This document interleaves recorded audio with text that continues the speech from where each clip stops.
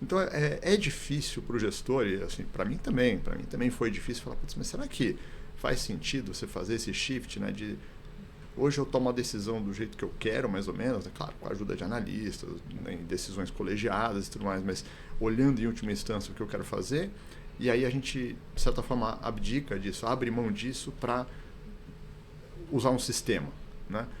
Então, é uma decisão, é uma coisa que nem todo mundo está pronto. Eu diria que a minoria dos gestores estão dispostas a fazer esse tipo de mudança.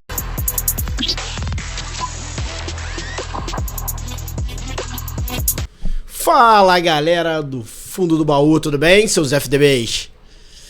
Pessoal, estamos aqui hoje mais uma vez, eu e meu parceiro Marco Saravalli. E aí, Marcão? Muito obrigado pelo convite, prazer enorme estar aqui hoje, mais um bate-papo exclusivo aqui no fundo do baú. E Marcão, bem especial esse bate-papo, sabe por quê? Por quê? Porque estamos com ele, né? Com eles. Isso, e eles que têm a honra de ser o primeiro a fazer mais uma vez o fundo do baú. Olha que isso, então isso quer dizer que o papo foi bom e agora será melhor ainda. Fábio, apresenta um pouquinho aí a DAO pra gente e vamos falar um pouquinho de algumas coisas de fundo sistemático, que o negócio é interessante, hein? Grande Fabinho Mota, né? Pra todo mundo que conhece como Fabinho Mota. Até o Verne conhece bem, né? Já foi apresentado. Bom, primeiro, obrigado pelo convite aí, sempre um prazer estar aqui com vocês. Eu nem sabia que eu tinha sido o primeiro a repetir aqui. Isso, é a honra. A DAO, né? Um ano, vai fazer um ano. Muito legal. No fundo do baú. Legal. Obrigado aí pelo convite, é um prazer. Bom, só fazer um histórico breve aí. Eu, como a aparência entrega, sou muito antigo de mercado já. Eu tenho, acho que uns 23, 24 anos de história de mercado, primeiro como analista e depois como gestor. Passei por várias casas, maioria casas estrangeiras, né? ING, depois Sul América, quando o ING comprou a participação na Sul América, eu fui para lá. Aí Citibank, Western Asset. E aí agora, há 4 anos, a gente montou a DAO Capital, né? Que é uma gestora. E a ideia, na verdade, era fazer basicamente o que eu já fiz a vida inteira, só que de uma forma um pouquinho diferente, né? Em vez de fazer a seleção de ativos e construção de carteira de um jeito discricionário, eu vou chamar de tradicional, que é o que eu sempre fiz, fazendo a avaliação das empresas com muito detalhe, visitando a empresa, conhecendo o setor a fundo, conhecendo o management e tal. O que eu queria fazer era basicamente o mesmo tipo de abordagem fundamentalista, mas implementado de um jeito sistemático. Porque qual que é o call aqui, né? O call é que o Brasil funciona mais ou menos do mesmo jeito que Estados Unidos e mercados desenvolvidos, com mais ou menos uns 10 a 20 anos de gap, né? E é o que está acontecendo, né?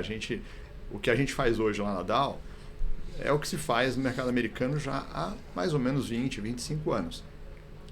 E hoje lá, essas abordagens sistemáticas, principalmente a abordagem de fatores, né, que é o que eu faço, que a gente pode falar bastante mais a respeito, já está absolutamente consolidada lá há bastante tempo, né? E aqui no Brasil mal começou, tem pouquíssimas casas fazendo, dá para contar, sei lá, nos dedos de uma mão o número de casas que já adotaram essa abordagem, mas está aumentando bastante, né? Quando eu comecei a falar sobre isso há uns poucos anos atrás, era meio falar grego, assim, ninguém, como assim, né?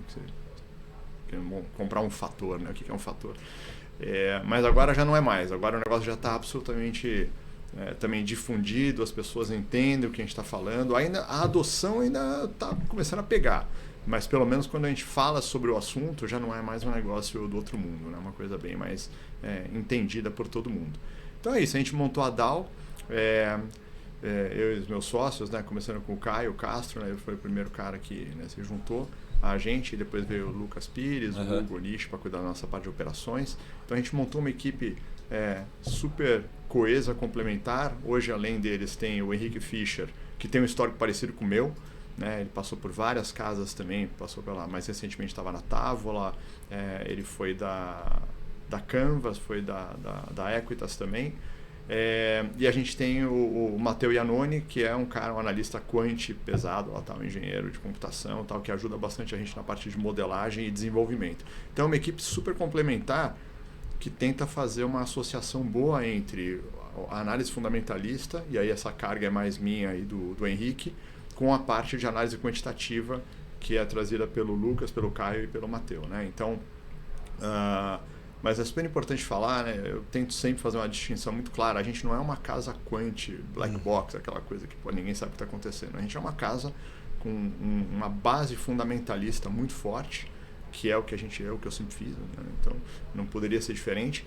A única coisa é que a gente implementa essa análise fundamentalista de um jeito sistemático, usando bastante dado mesmo, é super intensivo em dado, sem vieses cognitivos, né? Sem emoção, e usando essa abordagem, né, que a gente pode falar um pouco mais a respeito, que é a abordagem de fatores.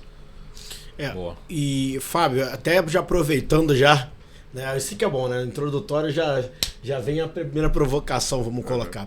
Você mesmo falou que há um tempo atrás, quando você falava do formato, né, de fatores, parece que era coisa do outro mundo. Né? Você entende que era muito, e aí entrando na questão do mercado em si, a questão de uma autoconfiança de gestores, não, é uma coisa que pode acontecer, ou realmente desconhecimento e algo que ia chegar e ainda não chegou, evolução mesmo da espécie, pode ser? Acho que é um pouco dos dois. Tem isso, né? A gente sabe como é que nós gestores somos, né? A gente tem uma autoconfiança grande e tal. Tem um ano bom, já acha que sabe tudo, né?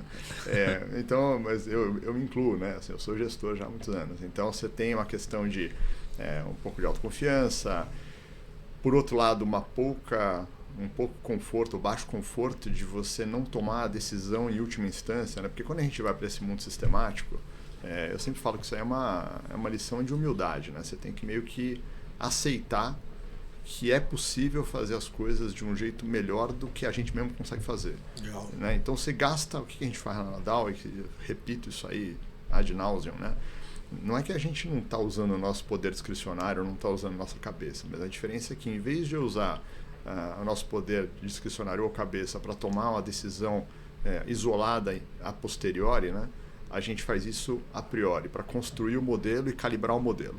Né? Então, o nosso modelo na Nadal nada mais é do que o que saiu da nossa cabeça mesmo, né? Da minha cabeça como analista de conhecimento de empresas, estou há 20 e tantos anos cobrindo todos os setores que você pode imaginar.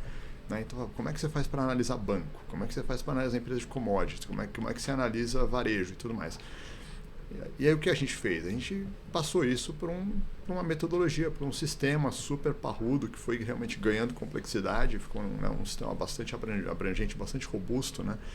Então é difícil para o gestor, e assim, para mim também foi difícil falar, mas será que faz sentido você fazer esse shift, né, de hoje eu tomo a decisão do jeito que eu quero, mais ou menos, né, claro, com a ajuda de analistas, né, em decisões colegiadas e tudo mais, mas olhando em última instância o que eu quero fazer, e aí a gente, de certa forma, abdica disso, abre mão disso para usar um sistema, né?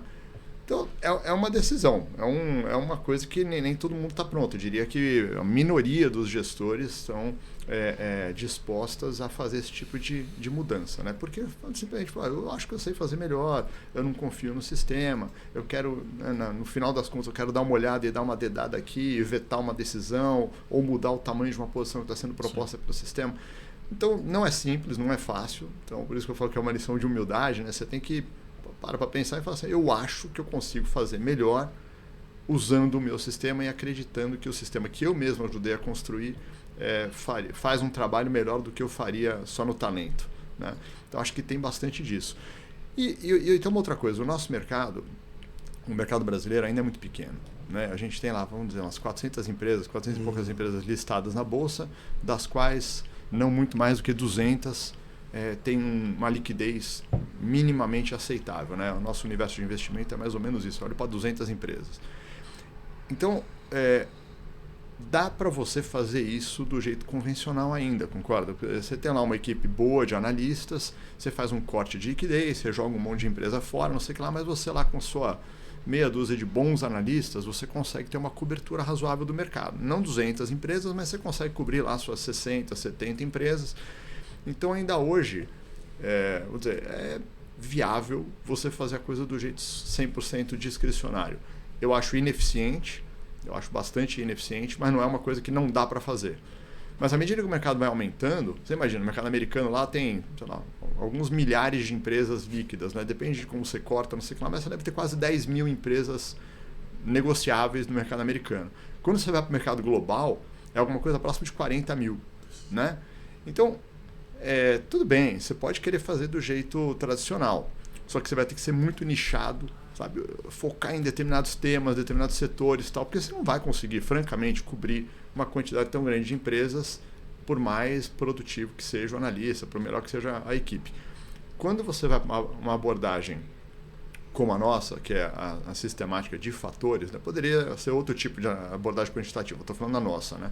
Você pode cobrir o mundo, né?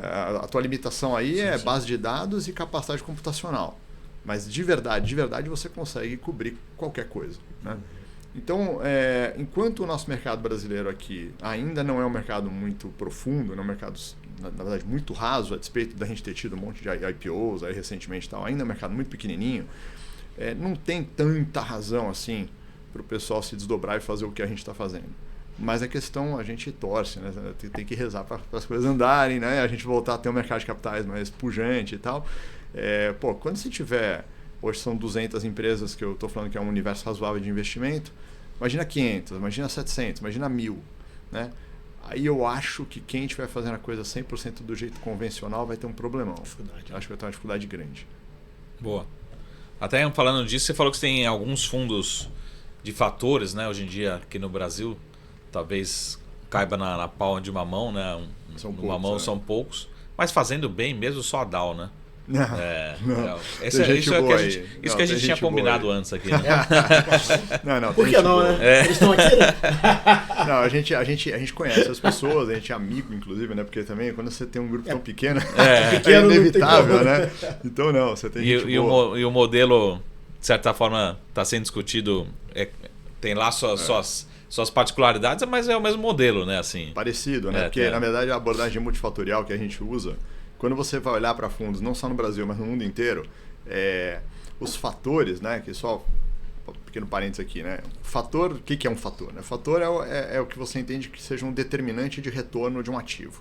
Então, por exemplo, para você, o que causa a valorização de um imóvel? Né? Um imóvel é um ativo. É como o Haddad recentemente falou assim, o determinante do câmbio nesses últimos 40 dias, ele falou que foi externo. Pode ser. Ele falou 2/3 foi externo, né? Exatamente. Então, daí você vai ter um componente externo, você pode falar o fator, ou quais são os fatores externos determinando o câmbio. Né?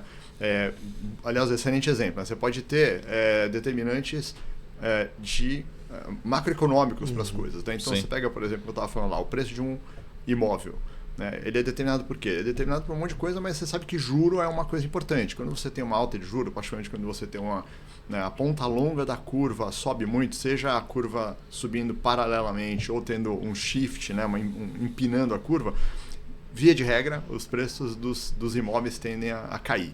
Né? E quando você tem um flattening, né, quando você tem, né, a ponta longa caindo bastante, ou a curva inteira caindo, né, para baixo a taxa de juro, isso tende a ser bom para preços de imóveis. Então, aí o que você fala? Então, juro, ou a curva de juro, particularmente a ponta longa, é um dos fatores, né, um dos determinantes do preço dos imóveis.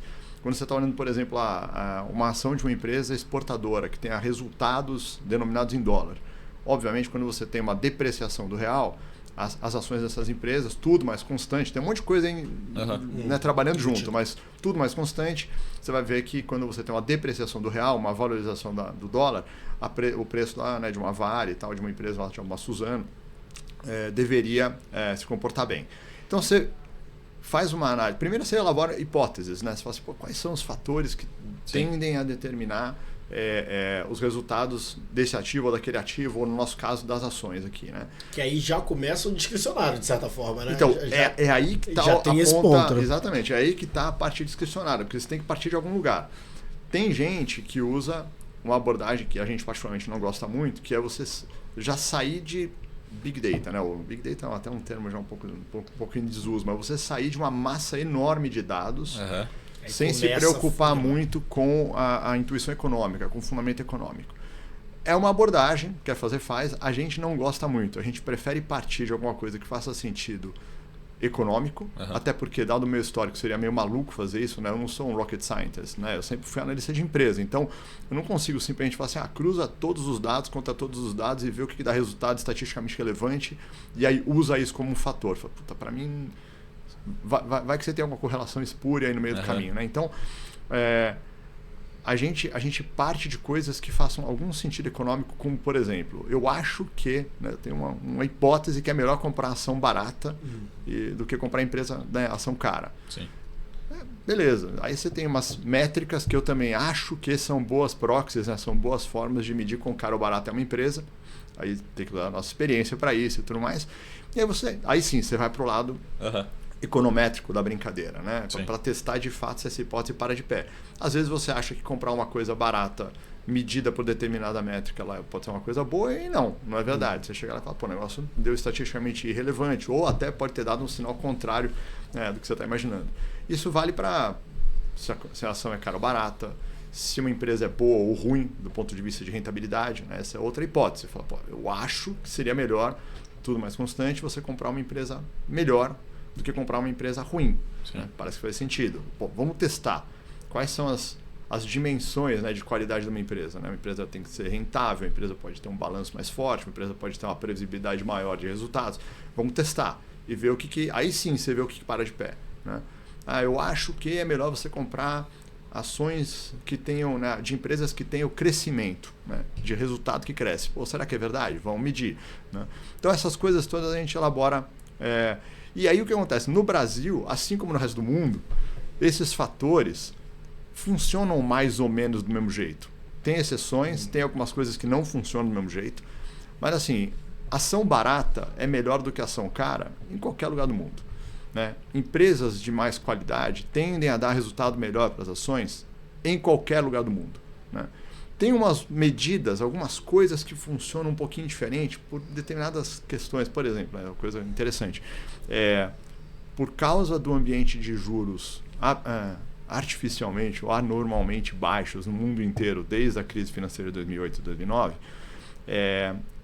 as ações mais endividadas, né, ações de empresas mais endividadas, paradoxalmente, tiveram um resultado melhor nos Estados Unidos e outros países desenvolvidos. Essas ações tiveram resultados melhores do que empresas de balanço mais forte. Você diz o desempenho em bolsa mesmo. Aí você fala, pô, por quê? Né? Não deveria. Não deveria, mas é um fato. Entendeu? Porque o cara estava com acesso a dinheiro muito barato, conseguiu crescer pra caramba, entendeu? E, de fato, o custo de capital do cara ficou anormalmente baixo durante esse tempo todo. E o cara cresceu pra caramba e deu certo. Aí a gente vai lá na academia estudar e fala assim, vale a pena se alavancar até as tampas. Pois é. Né? Então, só que não, né? Quando você vai para países, vamos dizer, em que você tem custo de capital mais alto, como é o caso do Brasil, a coisa funciona do jeito que a intuição te diria que é para funcionar. Fala, pô, uma empresa mais alavancada, custo de capital mais alto, tudo mais constante, deveria ter também uma performance de ação pior no médio e longo prazo. Né? Então, aqui no Brasil, uma das métricas, ou um conjuntinho de métricas que evidenciam qualidade da empresa, que é a parte de solidez de balanço ou alavancagem, aqui no Brasil funcionou de um jeito, nos Estados Unidos funcionou de outro jeito. Então, você não pode pegar simplesmente um modelo multifatorial, né, empacotado americano e botar aqui no Brasil e achar que vai funcionar igualzinho. Né? Então, mas, assim, voltando ao começo da pergunta, os sistemas, né, os modelos multifatoriais tendem a funcionar mais ou menos do mesmo jeito. Os fatores são parecidos, sim. Entendeu? Então... Mas a minha provocação não era nem essa, agora que vem a provocação. Mas se você puder passar um education pra gente, como você fala assim, como vocês se classificam, né? Por exemplo, você fala assim, vocês não são fundo quant, né? Mas o que é um fundo quant raiz, né? Ele usa muito mais talvez conceitos estatísticos, técnicos, né? Por exemplo, sei lá, você utiliza não é um fator, né? A gente sabe que não é um fator, mas por exemplo, uma média móvel, talvez um fundo quant utilize, né? Ó, rompeu média móvel tanto, tem uma tendência de alta, eu vou aumentar a exposição a esse ativo, né? Qual que é essa diferença aqui para todo mundo estar vendo em termos... A diferença é assim, a gente não gosta de ser chamado de fundo quant por causa dessa confusão. Quando fala quant, o pessoal coloca tudo no mesmo saco e aí compara a gente com outras casas que, assim, não tem, são ótimas, mas são totalmente diferentes. Tipo, a gente tem zero a ver com a Giant Steps. O que os caras fazem lá, até onde a gente entende, assim, e tal, eles são, mestres no que fazem e tal, mas tem nada a ver com o que a gente faz. Mas a estratégia de fatores, na verdade, ela é uma estratégia quantitativa. Ela só não é uma estratégia de trend following, ela não é uma estratégia de captura de anomalias estatísticas, ela não é uma estratégia de trading de alta frequência, ela é uma coisa quantitativa, só que não é aquelas outras coisas. Então, a gente evita, por causa de confusão que o mercado acaba fazendo, a gente evita de ficar se identificando como uma casa quant, porque a gente usa uma coisinha, sabe? É uma das caixinhas possíveis dentro do universo quant, né? do universo quantitativo. Segunda coisa é que, de fato, o Factor Investing é uma coisa muito arroz com feijão. A gente até faz algumas coisas um pouco diferentes lá, tal. A gente implementa o Factor Investing de um jeito talvez um pouquinho mais, diferente. A gente cria umas coisas diferentes. A forma como a gente se expõe aos fatores não é uma forma tão plain vanilla, não é uma coisa tão usual. Mas no final das contas, fator é um negócio muito, como eu estou falando, arroz com feijão mesmo. Você está querendo capturar estatisticamente quais são os determinantes do retorno das ações e vai lá e implementa. Não tem, não é uma matemática transcendental, aquela coisa super complicada, tal, que você precisa ter um segredo de estado também, assim. O que a gente faz, vou te falar, não deve ser muito diferente do que o pessoal da Avantgarde faz, que não é muito diferente, provavelmente, com os caras da Azequest, lá o fundo base da Azequest, entendeu? Você tem um book de fatores lá dentro do Kadima, lá tal. Cara, não sei, não conheço direito, a gente se fala, mas você tem um pouquinho, né, de reserva, né, com relação, mas não é muito diferente, entendeu? A gente faz coisas que tem a ver um com o outro. Todo mundo está olhando os mesmos determinantes, sabe? Tá caçando formas melhores de medir. A gente gasta um tempo assim, grande procurando formas melhores de medir qualidade, formas melhores de medir valor. Entendeu? Algumas métricas de price momentum que também escapam um pouquinho do lugar comum. Mas no final das contas está todo mundo caçando isso aí, as melhores formas de caçar esses determinantes, né? Então, por isso que a gente evita um pouco o label de quant, porque nesse mundo quant tem coisa muito mais complicada, muito mais que eu, vou te falar que eu mesmo não entendo. Assim, É isso. É verdade. Quando você vai para uma casa que é quant porrada mesmo, assim, até a capacidade de processamento que eles têm que usar é muito maior do que o que a gente precisa. A gente hoje a gente faz bastante coisa e a gente tem sobra de capacidade de processamento, porque de fato a gente não faz nada de alta frequência. As nossas bases de dados hoje, para olhar só o Brasil, são bases ok, não são pequenas, mas também não é uma coisa assim, sabe? Que você fala, tem que ficar processando milhares e milhares de ações todo dia, tal. Não é assim, entendeu? É uma coisa mais pé no chão. Boa. Pelo que eu entendi, Fábio, quando vocês, né, tiveram a ideia de abrir, né, a casa, acho que foi basicamente a questão do formato de fatores auxiliando essa análise fundamentalista. Como é que foi esse pensamento quando vocês foram abrir para entender, eu quero fazer algo diferente mesmo, ou realmente esse auxílio vai ser importante porque o futuro está aí e a gente não consegue sair dele, principalmente quando aumentar o número de ativos, né, como você mesmo falou. Eu então, acho que tem um pouco de tudo aí. Primeiro, assim, eu me convenci de que eu conseguiria fazer um trabalho melhor, com resultado melhor. Né? Quando eu falo resultado melhor, é performance mesmo. Performance ajustada pelo risco e tudo direitinho. A hora que você começa a estudar esse negócio, você vê que de fato tem bastante para ganhar, tirando os viéses cognitivos, tirando, né, coisa que nós como seres humanos fazemos, a tal de você ficar ancorado. Mas eu comprei esse papel há tanto, eu não posso vender agora que ele caiu 10%, sabe? Aquela coisa. Então tem umas coisas que nós como seres humanos, a menos que você seja realmente o Warren Buffett, que você seja alguns caras lá, sabe, uns Peter Lynch da vida, que realmente são caras notórios investidores, assim, que acho que eles conseguem talvez fazer diferente de todo mundo, né? Tem alguns caras que são realmente totalmente fora da curva, diferentes e tal, mas saindo desses caras, os gestores têm seus medos, suas preocupações e tudo mais. Então, primeiro eu imaginei, acho que dá para fazer melhor indo por uma abordagem sistemática. Qual que é a melhor abordagem sistemática que eu consegui identificar para poder fazer o que eu já sabia fazer para começar? Se eu fosse uma coisa totalmente trend following ou coisa do tipo, eu ia sair totalmente da minha área de excelência. Eu sempre fui analista e modeleiro com detalhe, sabe, assim, fazer aqueles modelos bacana mesmo, assim, tal, usando princípios de corporate finance, sabe, bacana. Então eu falei, como é que eu posso aproveitar o que eu supostamente sei de um jeito sistemático? Então tinha que ser alguma coisa como eu faço hoje, olhando para os fatores, olhando para os fundamentos e aplicando a abordagem de fatores.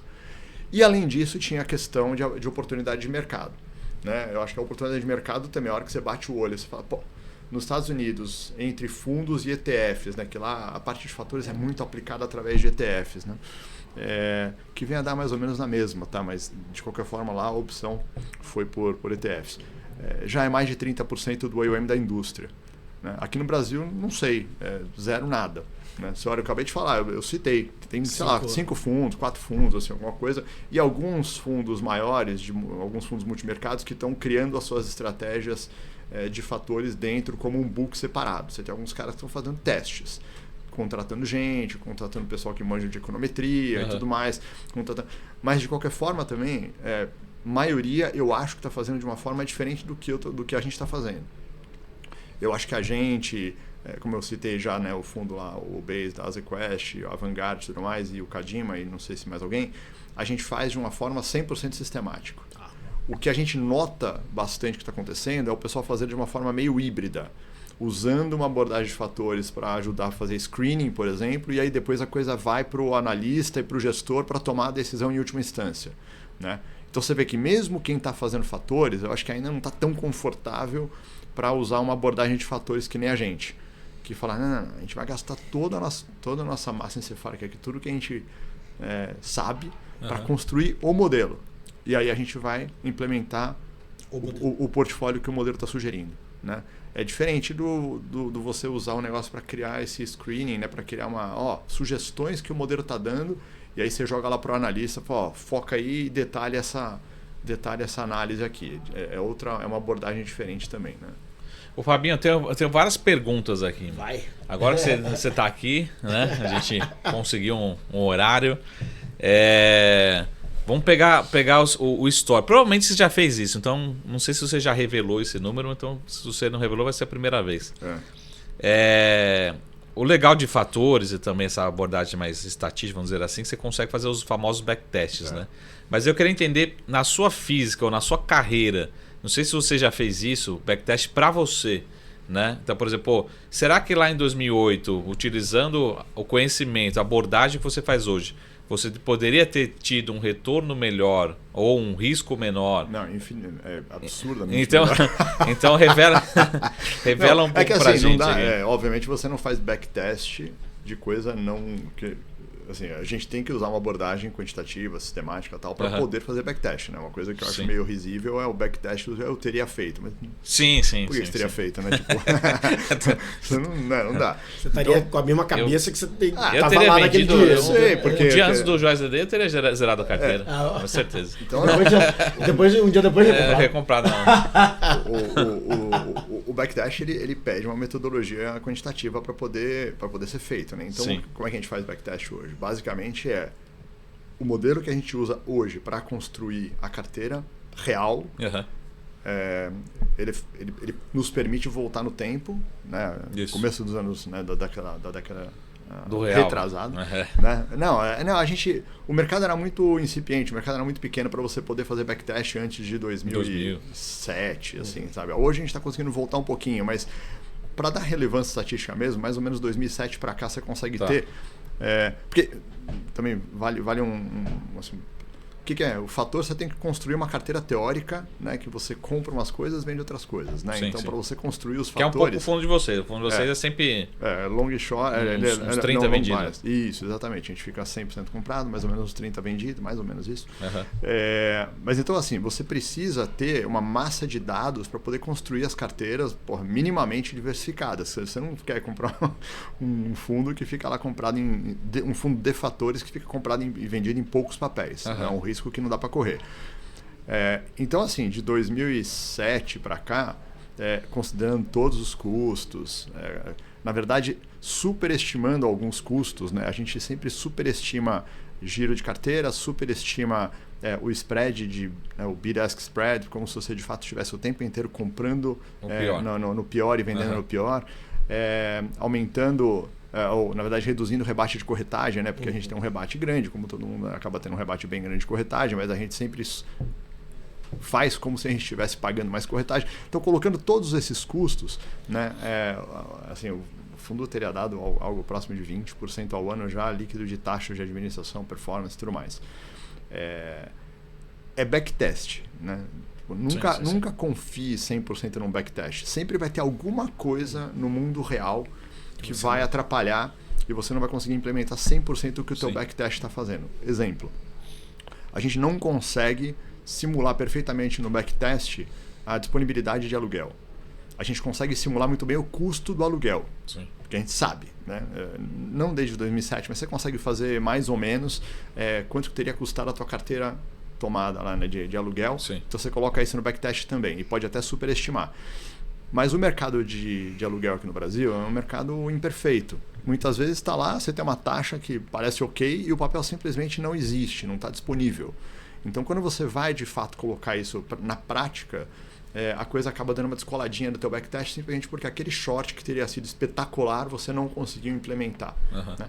Mas, tirando essas coisas, a gente tenta fazer do jeito mais realista possível e usando um monte de outras técnicas de backtest para evitar overfitting, né? Para você evitar que você coloque no backtest uma coisa que você não poderia ter de conhecimento prévio, né? Então, o retorno do fundo líquido de taxas é próximo de uns 20% ao ano.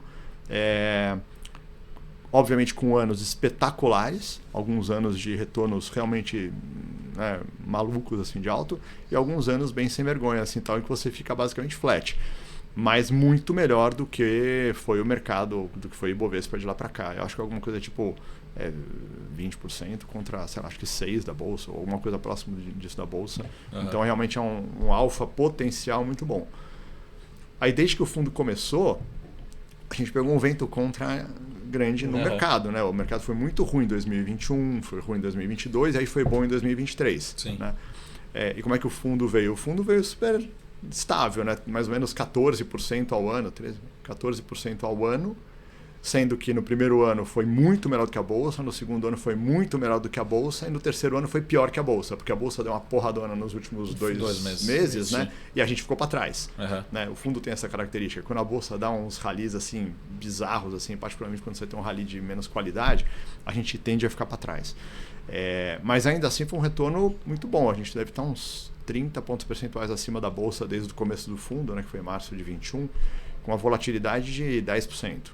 A Bolsa tem uma volatilidade de 20%, né? E a gente está com uma volatilidade de 10%, que é mais ou menos como tem que ser. A gente desenhou o fundo para ele ter mais ou menos metade da vol da Bolsa. E as perdas sob estresse, né, que para a gente é super importante isso. Né? A gente está querendo sempre dar menos dor de barriga para o cliente. Sim, né? Sim. Que a gente entende que é o que a gente chama de experiência de investimento. Né? A experiência para o cliente, para o investidor, né? Pensa num user experience, né? Para coisa assim, o investor experience tem que ser bom. Para a gente, o que é investor experience ser bom? É o cara ter um retorno legal, não precisa ser um retorno espetacular, sabe, aquela coisa estelar toda hora. Mas menos dor de barriga, menos perda sob estresse, menos volatilidade. Porque a gente quer que esse cara não se sinta incentivado a sair do fundo quando o fundo vai mal. Porque a gente sabe como é que é. O fundo vai bem no longo prazo, mas é muito volátil, tem uns drawdowns absurdos. O cliente coloca sempre o dinheiro no pior momento e tira no pior momento. O fundo sobe, o cara bota dinheiro, o fundo cai, o cara tira o dinheiro. Quando você vai ver qual foi o retorno do cliente, não bate com o retorno do fundo. O fundo te deu, sei lá, 20% ao ano e o cliente ganhou 0%. Porque ele entrou no pior momento, depois tirou, depois... Então, a gente entende que se a gente conseguir dar para o cliente um retorno legal, né? De preferência um retorno no primeiro quartil, sempre, não sei lá, não é sempre que dá, mas você quer ficar sempre bem posicionado, um retorno bacana no médio e longo prazo, e com menos volatilidade e menos drawdown, esse cara não sai, ele fica no fundo e aí o retorno dele acaba sendo igual ao retorno do fundo, que é o que a gente quer entregar. Né? Então, vamos dizer, essa é a razão de existir da DAO, na verdade, né? Dar a melhor experiência para o cara. Fechado. Muita coisa, né? Eu tenho uma lista de perguntas aqui pro Fabinho. Provocações, bombas e tudo. Sempre provocando. Deixa eu só mandar mais uma aqui. Continua então. Primeiro uma pergunta mais primária, Fabinho, depois vem a provocação. Mas se você puder passar pra gente assim, quais são os fatores, né, que vocês utilizam? Porque depois vem a derivada, a pergunta, né? Tá bom. Então... São cinco fatores, né? São 5 coisas e assim, não é um negócio que a gente, vamos chutar 5. Não, são hipóteses que daí a gente vai lá e testa e vê o que de fato para de pé, o que realmente tem, o que a gente chama de prêmio, né? O prêmio, na verdade, é assim, é um fator que é bem remunerado pelo risco que você está correndo. Né? Então você está tendo um retorno estrutural bom. Sim. Começa com valor, né? Que eu já tinha mencionado. Depois, a gente prefere comprar empresas baratas né? a comprar empresas caras. Depois é qualidade. E qualidade tem algumas dimensões, né? Então, como eu falei, você tem retorno sobre capital, né? A rentabilidade da empresa mesmo, né? Como é que a empresa remunera o capital que está investido nela, se o balanço dela é bom ou ruim. Então, empresas de qualidade. Né? Aí depois tem, ainda nessa parte fundamentalista, o crescimento de resultado. Tá. Então, empresas que têm crescimento de resultado, várias linhas mesmo, né? Então, não é só o bottom line. A empresa tem que ter um crescimento, né, de top line, algumas coisas de fluxo de caixa e resultado operacional e tal. Então, a gente prefere empresas que tenham esse crescimento.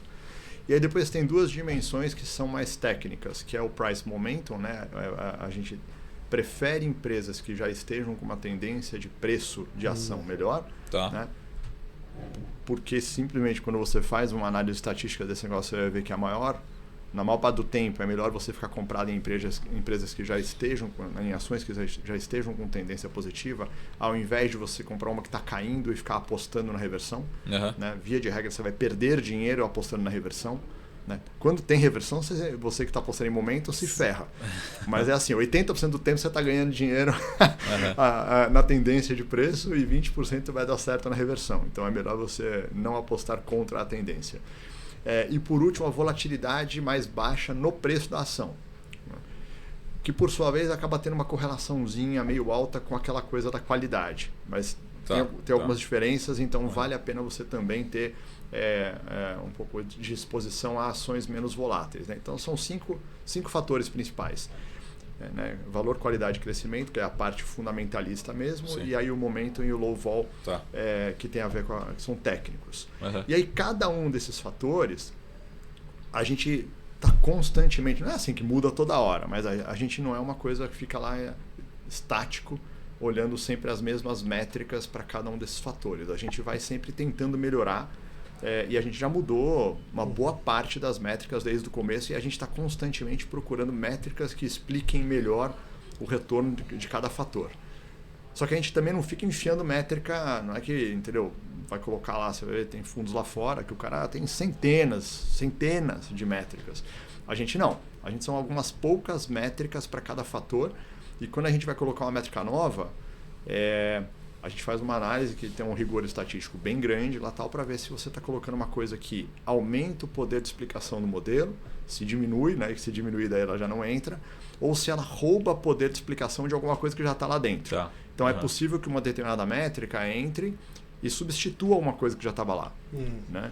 Então a gente faz isso, mas assim, não é sempre, acontece pouco. No começo da casa, no começo do fundo, a gente tinha ideias e as ideias iam melhorando o modelo bastante. Hoje a gente é um cemitério de ideias. A gente vai lá, elabora uma hipótese, vai lá, faz as contas, não sei o que, ela fala, puta, melhorou o retorno esperado, mas piorou a volatilidade. Ou melhorou aqui, mas piorou, aumentou o drawdown potencial do fundo. Ou não sei o que lá, piorou a simetria de resultado. A gente está sempre tentando fazer coisas, né, as mudanças, que melhorem o produto como um todo. Se ele melhorar só uma perna e piora outras duas, a gente não vai ficar fazendo mudança de bobeira só para falar que o modelo é dinâmico, né? Então, são esses 5 principais fatores. A minha provocação era o seguinte, você falou lá do ETF, por exemplo, se eu for nos Estados Unidos, eu falo assim, eu quero montar a minha DAO, né? Eu vou lá, eu compro um ETF e falo assim, vou ter 30% de growth e tal. Por que aqui no Brasil não tem? E na verdade a provocação maior é por que a DAO não lança os ETFs? Muita provocação, né? Não, essa você não estava combinando. A gente já discutiu bastante, a gente já falou bastante sobre isso. Até agora, o que a gente constatou? Né?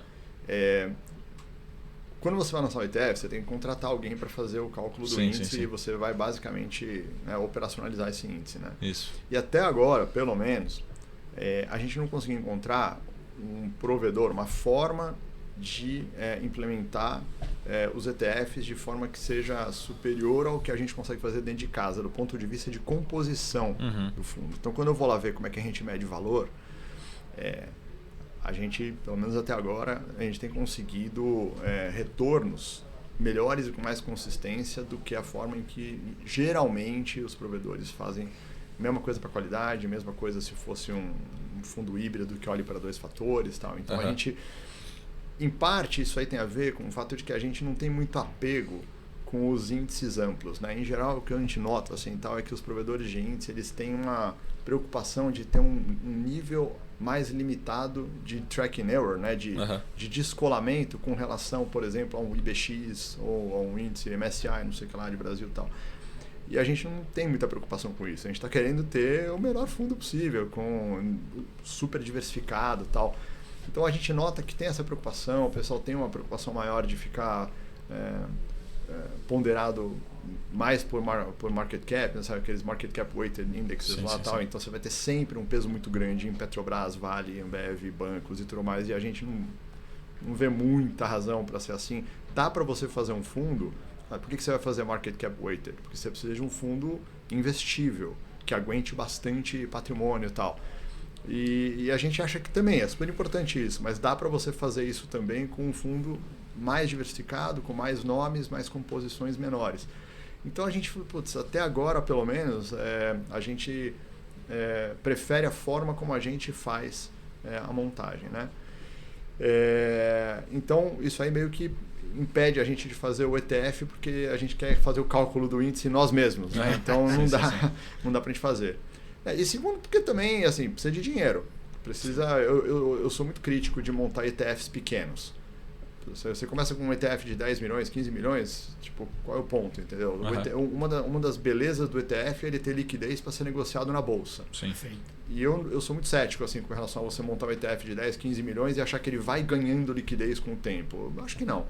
Acho que você tem que começar já com um ETF grandão, que já começa com uma liquidez razoável para atrair investidores institucionais e tal. Sim. E tem um terceiro problema. Você vê que é cheio de problema, né? Então, até por isso que até hoje não foi feito, né? O que acontece? O mercado de ETF aqui no Brasil, que está indo super bem, está se desenvolvendo legal e tal, você acha bacana. Primeiro, tem bastante ETF mais para renda fixa do que para renda variável, natural, o Brasil é assim mesmo. Mas tem uma questão que os ETFs de renda variável, o pessoal acabou indo mais para ETFs temáticos com um foco mais em varejo, né? E de verdade, o que a gente faz lá não é uma coisa muito sexy, assim, sabe? Sim. O Factor Investing não é um treco muito sexy, é uma coisa mais assim, é resultado bom, mas é grinding, né? Uma coisa é trabalhar para encontrar o que dá resultado. Eu não sei, assim, esses ETFs que tem mais a ver com temas globais de inteligência artificial, biotech, diversidade e tudo mais, é uma coisa com apelo maior para varejo, né? E aí tem uma questão até também de custo de emissão dos ETFs. Né? Como é que você faz? A gente lá precisaria de investidor institucional, né, para comprar esses ETFs. E a gente sabe que o investidor institucional ou o investidor profissional não vai querer arcar com o custo de emissão do ETF. Isso meio que, sabe aquele negócio, você tem uma intersecção zero aí, né? Você tem um fundo que dá para lançar e você tem o cliente que, em tese, deveria comprar e não tem muita intersecção. Então, a gente gosta da ideia de fazer ou ETFs ou fundos à la ETFs, mas a gente, por enquanto, não encontrou uma receita que nos permitisse fazer isso. Então, a gente toca o barco com os nossos fundos que buscam alfa mesmo. Boa. Mas assim, tem um potencial enorme, tá? Como eu falei, lá fora as estratégias de fatores são majoritariamente feitas através de ETF e você tem, cara, um sem número de fundos, assim, por exemplo, de ETFs de momentum, ETFs de qualidade, ETFs de não sei o que lá, muito parecidos e todos lá tocando e um monte deles com liquidez. Né? Então, mas assim, é mercado americano, é diferente, né? O mercado brasileiro é muito mais raso. E o bom, Marcão, que acaba tendo a conexão, a pergunta que eu vou fazer dentro do... A partir do momento que você tem um fator, tá, Fabão? Então você tem lá os fatores e tem os indicadores, né? Vamos colocar dos fatores. Começa-se a pensar, né, numa casa talvez multi-estratégias, no sentido de eu conseguir entrar numa análise de crédito também montando fatores, no real estate montando fatores. Como que eu pensaria isso? Ainda mais que a DAO tem essa talvez leveza no sentido de ter essa experiência, né, do discricionário para depois abrir os fatores. Como é que começa a pensar excelente pergunta, porque o Factor Investing, apesar da gente pensar sempre em equities, né, pensar em ações, né, não é um negócio restrito à classe de ativos ações. Podia dizer que para tudo, né? Se a gente for na Private Equity, ele trabalha totalmente para qualquer ativo, para qualquer tipo de ativo mesmo. Para alguns vai dar mais certo, para alguns vai dar menos certo, ou vai ser mais ou menos difícil de implementar. Mas, por exemplo, crédito privado que você está falando, né? Lá fora, você tem paper pra caramba e tem um monte de fundo que é fundo de fatores para crédito privado ou para crédito estruturado, para tudo, né? Mudam as métricas. Algumas métricas, na verdade, são coincidentes, né? Quando você está olhando para a empresa, né? Eu fiz crédito, né? No comecinho da vida, eu fazia crédito. E assim, tem um monte de coisa que você olha para crédito, você olha também para equities. Algumas coisas não, mas algumas coisas têm bastante coincidência. Qual que é o problema aqui no Brasil? O mercado secundário de crédito é muito ruim ainda, né? É uma promessa, um dia vai, não sei o que lá, mas a gente sabe que até agora o mercado secundário não é bom. Então, para você fazer os tais backtests que vão te dar algum conforto sobre se o fator funciona ou não funciona, você vai ter que ser ultra conservador, né? Você tem que realmente assumir que, putz, será que dá para você usar o preço de referência, sei lá, da Ambima, não sei o que lá, para determinada debênture e tal? Será que dá para você confiar naquilo? Porque é um preço de referência. Talvez você não tivesse tido naquele momento nenhuma profundidade de mercado para executar aquela estratégia, para executar aquela compra, aquela venda. Talvez, se você fizer testes com fatores não sensíveis a preço, o que para mim é uma heresia, mas vai lá, entendeu? Você olhar só fatores que não dependam de preço de papel, né? Então você tem, por exemplo, vamos olhar só para qualidade e crescimento. E esquece o valor, esquece o momento. Obviamente, para crédito, esquece o momento mesmo. Você não vai ter informação para isso, né? E aí você vê se teu fundo pararia de pé, olhando estritamente, vamos comprar só ação de empresa rentável, com muita solvência, com ratios de cobertura de juro bom pra caramba, com não sei o que lá. Independente de preço. De novo, para mim é uma heresia. Eu sempre tive um certo viés de velho investor, né? Então eu falo, você comprar um negócio pagando qualquer preço não soa bem. Sentido, né? Sim. Mas talvez dê certo, porque quando você olha nas nossas análises da single factor, né? Quando você olha comprar empresas de qualidade ou de crescimento, ele dá um resultado. Não é tão bom quanto você comprar empresa que seja barata e de qualidade. Mas se você esquecer o preço e comprar... Só de qualidade. Vou comprar só ação de empresa de qualidade... bateu o CDI, bateu o Ibovespa com folga, né? Então, talvez para crédito também dê para fazer um negócio desse. Então, eu acho que é implementável sim, mesmo aqui para o Brasil. Outras classes de ativos, não sei direito, mas pega real estate, né? Você está falando de fazer uma seleção de fundos olhando para determinados fatores ou fazer seleção de ativos para compor fundos, né? Tem que testar. Né? Existe uma abordagem possível, você consegue pensar em métricas que tem a ver com ativos imobiliários, né?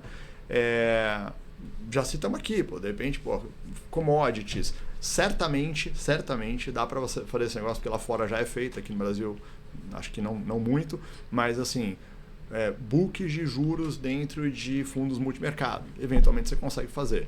Dá para você fazer, porque você sabe que tem alguns determinantes macroeconômicos que vão ditar o que acontece com a curva de juros. Né? Então dá para você usar abordagem de fatores para uma porrada de coisa. É mais óbvio para a gente ações, porque você tem um mercado grande, com uma liquidez boa, um monte de ativos para você operar, né? Faz mais sentido do que para outros mercados até hoje. Mas assim, é um processo, né? À medida que o mercado nosso e outros ativos, outras classes de ativos vão se desenvolvendo também, eu acho uma consequência óbvia, não sei em quantos anos, né? De repente vai demorar mais 10, mais tantos anos para alguma coisa acontecer com outras classes de ativos, mas dá para fazer. O Fabinho, como é que está o passivo da indústria de fast aqui no Brasil, no sentido assim, eu acho que é uma alocação que tem um perfil muito para institucional, né? E eu vejo o institucional ainda, eu posso estar completamente errado, mas eu vejo ele ainda muito distante, até pelo volume, pelo tamanho do... Eu acho que assim, o institucional e vamos dizer, os profissionais como um todo, os family offices, single e multi-family offices, acho que são de fato investidores mais óbvios para essa estratégia nossa. Tá. Hoje, na prática, de verdade, a gente ainda hoje tem quase nada de relacionamento institucional, fundos de pensão. Né? Nosso relacionamento entre os profissionais são muito mais os family offices, né? Alguns FOFs e tal, né? O varejo, para a gente ainda não é muito relevante, mas também é uma questão do fundo ir montando seu histórico. A gente tem 3 anos de cota ainda hoje, a gente ainda não é muito evidente, a gente não está muito exposto dentro das plataformas. E assim, obviamente, você sabe que o público de varejo, ele assim, se o fundo tem um histórico legal, vai indo bem, o cara talvez seja um pouco menos preocupado em qual que é a metodologia usada para esse fundo. O cara tende a investir no fundo que mostra de forma mais fria, assim, né, métricas de performance ou performance ajustada pelo risco. Geralmente ele é menos preocupado mesmo. Geralmente. Mas o que a gente nota, o que é bom, o que é bem legal, o outro segmento, que é o segmento dos family offices e FOFs e tudo mais, que num primeiro momento eu acho que também estavam, sabe assim, calma, deixa eu ver o que esses caras estão fazendo. Eles já estão com um entendimento muito melhor e muito mais abertura para a nossa metodologia. Né? Eu acho que assim, a gente e os outros caras que estão vindo junto, entendeu? Não é só a gente, né? Eu estou falando da DAO porque eu sou da DAO, mas eu acho que todo mundo que já está nesse barco, né, implementando uma estratégia mais ou menos como a nossa, eu acho que também deve estar sentindo hoje muito menos resistência nas conversas, porque de fato assim a coisa se prova, né? Você vai indo, cota real, né? Nada melhor do que uma cota real para ir mostrando e para quebrando resistências, né? No devido tempo, eu acho que seria muito razoável de imaginar que os grandes fundos de pensão, os investidores institucionais também começassem a alocar uma parte relevante dos seus ativos para abordagens como a nossa lá, simplesmente porque faz sentido. É melhor, assim, dar um retorno ajustado pelo risco, tende a dar um retorno ajustado pelo risco melhor. Dá para o cara, inclusive, calibrar exposição por fator, né? Esses caras entendem isso, entendeu? Quando ele fala, minha carteira hoje é muito tilted para quality e tem muito pouco valor, né? Então dá para você fazer esse negócio de um jeito, sabe, mais tailor-made para esses caras, tal. Então, no tempo, né? Mas assim, toma tempo.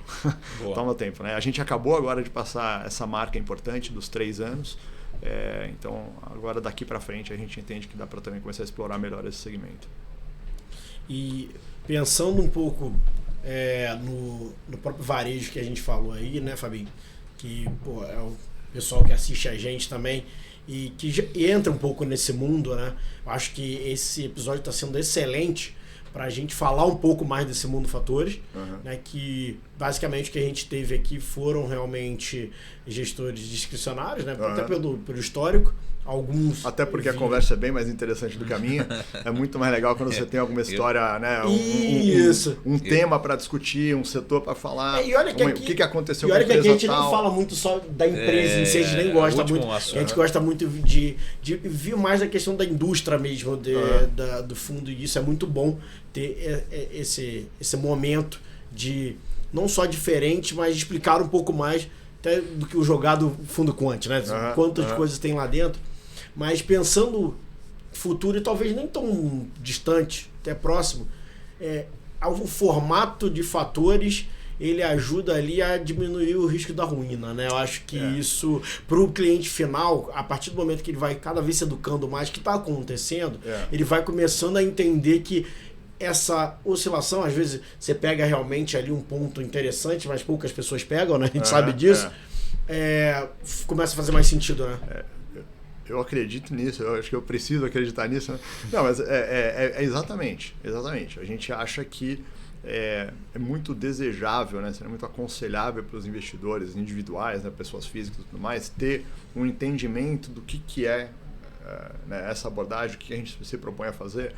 Porque, tudo bem, pode ser que em determinados momentos, sabe, você vai ter outros tantos fundos lá tal que foram realmente estelares naquele momento, naquele ano e tudo mais. A gente tende a não ir, sabe, tão bem quanto eles quando realmente o mercado dá essas porradas estratosféricas.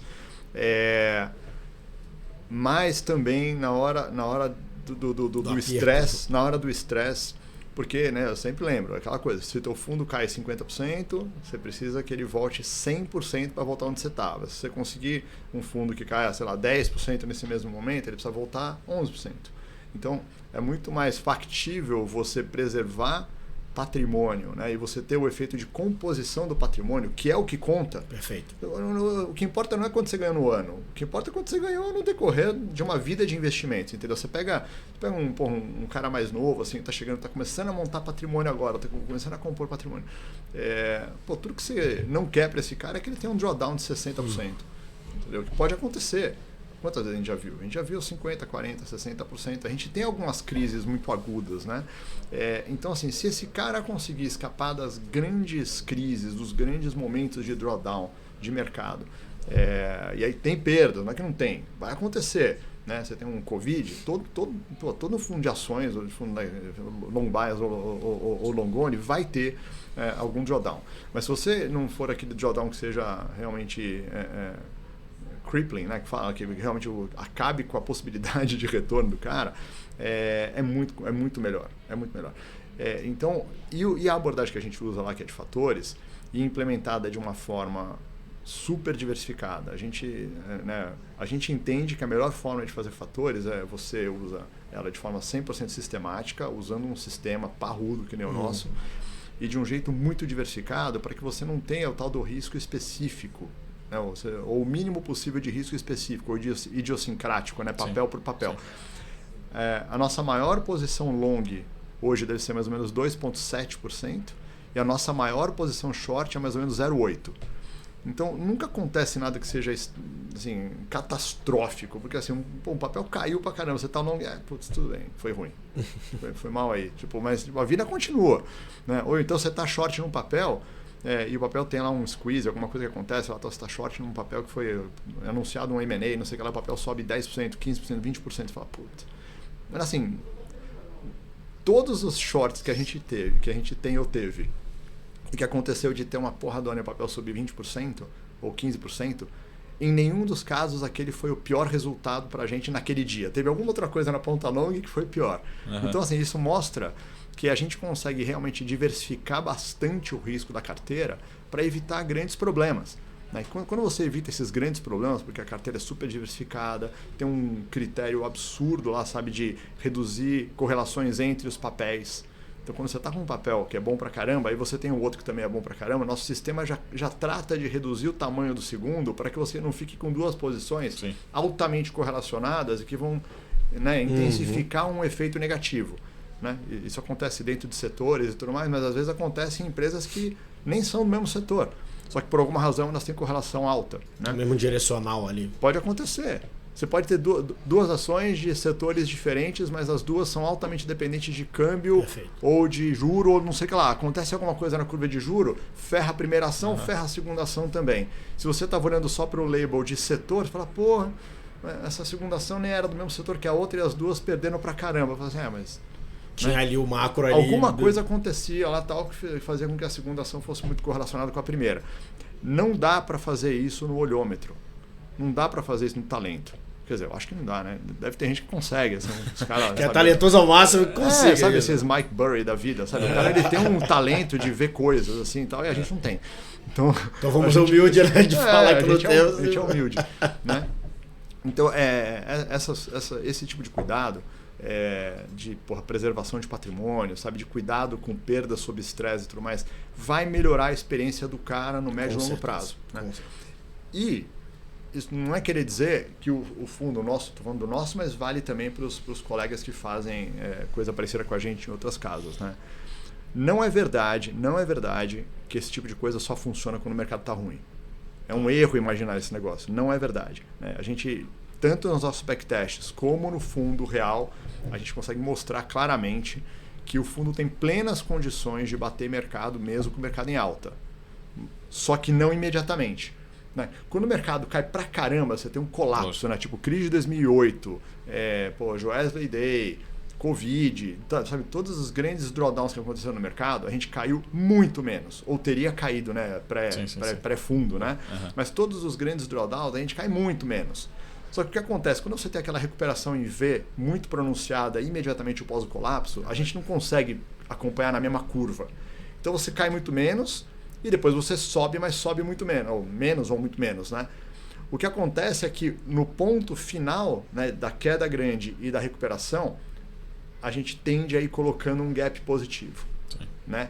Só que para o cliente que entrou no fundo, lá no low do mercado, ele vai reclamar. Ele vai falar, porra, você ficou 10 pontos para trás do mercado, não sei o que lá. Acontece. Né? Só que quando você está tendo uma alta, o mercado está bom, o mercado está com tendência positiva, aí o tal do price momentum, que a gente usa pra caramba, captura essa tendência e você monta uma carteira com price momentum positivo e você tende a bater mercado mesmo com o mercado em alta. Né? Tudo bem, é um histórico meio curto, são só 3 anos, né? Mas só para ilustrar. Quando você pega o nosso fundo e aí você vai cortando lá em janelas móveis de 1 mês, 2 meses, até 24 meses, a gente quebrou esse negócio lá em regimes de alta e regimes de baixa. Regimes de alta da bolsa e regimes de baixa da bolsa. Quando a bolsa está caindo, que eu estou chamando de regimes de baixa, a gente bateu o mercado 100% das janelas. De 1 mês, 2 meses, 3 meses, não sei o que lá, retornos médios, né? Mas bateu sempre. Quando a bolsa estava subindo, a gente perdeu da bolsa nas janelas curtas. De 1 mês, 2 meses, não sei o que lá, até 8 meses. A partir de 9 meses empatou e a partir de 10 meses já começou a bater a bolsa. Então é um balanço que eu acho que é muito bom. Quer dizer, é um fundo que tende a ganhar da bolsa com uma certa folga quando a bolsa está ruim, tende a perder da bolsa em janelas mais curtas quando a bolsa está muito boa, mas tem plenas condições, e foi o que aconteceu, cota real, não é backtest, né? A partir do 10º mês já começa a bater a bolsa também. E teve janelas aí mais longas, né? As janelas de 18 para meses para frente, que a gente está tipo 10, 12 pontos percentuais acima da bolsa. Né? Então, é um balanço legal. Por isso que a gente fala, não precisa correr um risco desmedido. Fala, vou colocar só no fundo mais porrada no mercado, porque ele foi o melhor do ano passado. Tá, pode pôr, mas cuidado. Melhor colocar menos dinheiro, porque pode ser que esse fundo dê um drawdown monstruoso, um drawdown maior do que a queda da própria bolsa. E aí você vai ter um problema para recuperar. Porque teve um motivo para ele ser o melhor do mercado, né? Porque não tem muito segredo, cara. Tem que correr risco. É isso. Você tem que correr risco. E então, é o papo que a gente começou lá, o podcast lá no começo, né? Que é o momento de arrumar amizades ou inimizades, né? Que é o famoso ego do gestor. Exatamente. Né? Então, assim, você sempre está correndo risco. O que a gente se propõe a fazer é assim, como é que eu faço para remunerar esse risco da melhor forma possível? Então você tem que, primeiro, controlar o risco, volatilidade, drawdowns, correlações, todas as dimensões possíveis de risco. Não é uma... Sabe, o risco pra gente... O pessoal fala, não, a renda variável é assim mesmo, bolsa é volátil, não tem que se preocupar com volatilidade. Falo, pô, sério, tem que se preocupar um pouco com volatilidade também, entendeu? Dá para você entregar para o cliente, mesmo o cara que está investindo em fundo de renda variável, dá para você entregar uma experiência melhor com menos volatilidade. Né? Eu sei que não é uma opinião muito consensual dentro do mundo de bolsa, porque o pessoal fala, não, bolsas tem que aguentar o drawdown que for. Eu não concordo. Eu acho que dá para você procurar um drawdown menor com ativos de renda variável, porque depois para você recuperar vai ficar muito mais fácil. Sim. Né? Então, assim, resumindo, é isso. É você procurar uma forma melhor de controlar risco e formas de remunerar esse risco da melhor forma possível. Porque não tem free lunch, cara. Retornos grandes de forma lícita sempre vem com risco, né, junto. E de forma ilícita também deve vir. Também tem risco, outro né? tipo de risco. Mas é isso, você está correndo risco. Né? Então você tem que controlar e remunerar o risco. Saberíamos que seria bom, mas não tão bom, né? Tanto que passa rápido pra caramba, Marcos Saravaia. Sempre uma aula. Vamos deixar ele fazer o jabá um pouquinho, né? Dos fundos. Só falar um pouco dos fundos pra gente encerrar, mas é bom, né? A gente tem o nosso fundo flagship lá, que a gente foi que começou a casa, que é o Dow Multifactor. É um fundo long bias, que tem, como a gente já falou, mais ou menos 100% long, mais ou menos 30% short. Essa é uma posição estrutural do fundo. Então ele tem uma volatilidade de mais ou menos uns 10%. Na verdade, a volatilidade dele é calibrada para ser metade da vol da bolsa. Então, como a bolsa está mais ou menos 20% hoje, ele está em 10%. Se a bolsa subir muito, ele tende a aumentar um pouquinho a volatilidade, mas sempre metade da vol da bolsa, mais ou menos. Né? O fundo tem vindo super bem, como eu falei, né? Primeiro, segundo ano excelente, o terceiro ano foi positivo, mas ficou atrás da bolsa, mas ele está cumprindo rigorosamente o que ele se propõe, né? Que é buscar um retorno. A gente quer dar um retorno real positivo, né? Usando a exposição à bolsa. Ele tem uma correlação baixa com a bolsa, um beta bem baixo, o beta estrutural dele tem ficado mais ou menos um 0,3. E ele oscila, né? Quando a gente está mais comprado num fator tipo crescimento, ele tende a ter um beta mais alto. Quando ele está mais, como agora, por exemplo, né, que o principal fator hoje do fundo é low vol, né? O fundo está mais conservador, aí o beta cai pra caramba, chega lá 0,3, 0,2 às vezes. Né? Mas o fundo tem conseguido entregar exatamente o que ele se propõe, que é um bom retorno de médio e longo prazo, com muito menos risco. Como eu falei, ele desde o começo dele, ele está mais ou menos uns 30, porque ele deu uns 40 positivo, até agora 40, 41, com a bolsa dando mais ou menos 10. Então ele está conseguindo realmente uma dianteira muito boa sobre a bolsa. E a gente espera que ele continue, né, entregando esse retorno excedente no médio, no longo prazo. Né? Essa que é a nossa vontade, assim, tal. E o modelo todo tem se mostrado muito assertivo. E não só o modelo tem se mostrado assertivo, como o fundo tem ficado rigorosamente colado com o que o modelo se propõe. A gente faz um controle meio doentio, assim, né? Do tipo, mas a cota está vindo igual ao backtest. Né? Quando ele descola, a gente vai lá ver o que aconteceu. Né? Pra você ter uma ideia, a gente às vezes consegue, às vezes, assim, já aconteceu algumas vezes, de você pegar pequenos erros do administrador por causa do desvio em que o fundo veio com relação ao backtest. Assim, o nosso backtest estava mostrando que o fundo tinha que ter vindo desse jeito. Ele descolou 10 basis points. O que aconteceu? Aí você vai lá ver o que foi e fala, estava faltando uma provisão disso, estava faltando não sei o que lá, tal. Então, é muito importante isso, porque se o fundo estivesse vindo bem, mas o backtest estivesse indicando que ele devia ter vindo mal, é um problema. É uma falsa vitória, porque você está ganhando por alguma razão que não estava prevista. Né? Então a gente está vindo, o fundo está indo legal e absolutamente de acordo com o plano. Né? Tem momentos que não dá certo, tem momentos, os tais fatores, eles tendem a funcionar muito bem, mas tem às vezes momentos que não, é meio que um perfect storm lá tal, nenhum fator funciona direito, aí o fundo fica meio no reme-reme.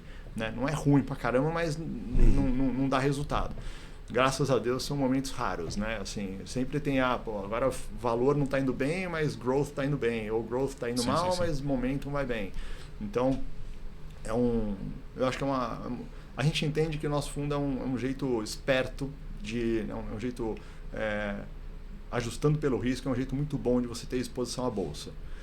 E para quem não quer ter exposição à bolsa, né, a gente tem um outro fundo que é mais novo, né, mais recente, que é o Dow Defender, é um fundo long and short que tem 0 de beta. Né? Ele tem uma pequena exposição líquida à bolsa, mas na prática ele tem 0 de beta, 0 de correlação com a bolsa. É uma forma que a gente montou para quem queria ficar... É meio que uma forma de... É um long and short, só que é neutrão. Né? Então a bolsa pode subir para caramba e ele não subir nada, assim como pode ser que a bolsa pode cair 50% e ele não cai nada. Ele vai tentando extrair só o retorno, obviamente, da renda fixa, porque ele fica sempre comprado nas LFTs, tem quase 80% de caixa. E aí ele vai tentando extrair o retorno dos fatores, assim como o multifactor. A composição deles em nomes é muito parecida. Os dois são quase os mesmos nomes, só que o tamanho das posições muda porque ele tem uma volatilidade menor, né? Uma volatilidade que por sua vez é quase metade da volatilidade do multifactor, fica mais ou menos 6% de vol. E ele tem 0 de vínculo com a bolsa, apesar dele ficar comprado e vendido em ações. Né? Então quem compra Defender não tá olhando para o Ibovespa de forma alguma. Né? Quem compra o Multifactor pretende ter alguma exposição à bolsa também. Boa. Fechado. Você só faltou deixar os canais aí da DAO. Instagram ou site. Vai no site direto que é mais fácil. Né? Não, a gente tem DAO Capital no Instagram, todas as tem plataformas. LinkedIn, tudo. E o nosso site é DAO Capital, né? DAO Capital.com. Só lembra DAO, né? Porque o pessoal às vezes escreve DAO, mas é DAO Capital.com.br. Boa. E aí, mas pode procurar a gente também nas mídias sociais. A gente publica bastante coisa, a gente tem um blog. Até eu sugiro que o pessoal entre bastante lá, talvez a gente publique umas coisas legais, algumas coisas não muito acadêmicas, né? Um jeito é o Factor Investment para pessoas normais como a gente e tal. Então, vale a pena entrar lá. A gente publica vários estudos legais. O Lucas e o Caio são os principais publicadores de coisa lá. Tem bastante conteúdo legal para ver. Então, sempre um prazer. E entre em contato com a gente. Quer falar, quer tirar dúvida e tudo mais. A gente tem os canais também disponíveis e tal. A gente está sempre à disposição. Muito bom. Chavíssimo. Vamos lá? Que aula. Vamos lá, Sidão. Obrigado, Fabinho. O Fábio daqui a pouco cobra da gente. Não, muito obrigado aí mais uma vez pelo convite. É sempre um prazer estar aqui com vocês. Pessoal, obrigado e até o próximo Fundo do Baú.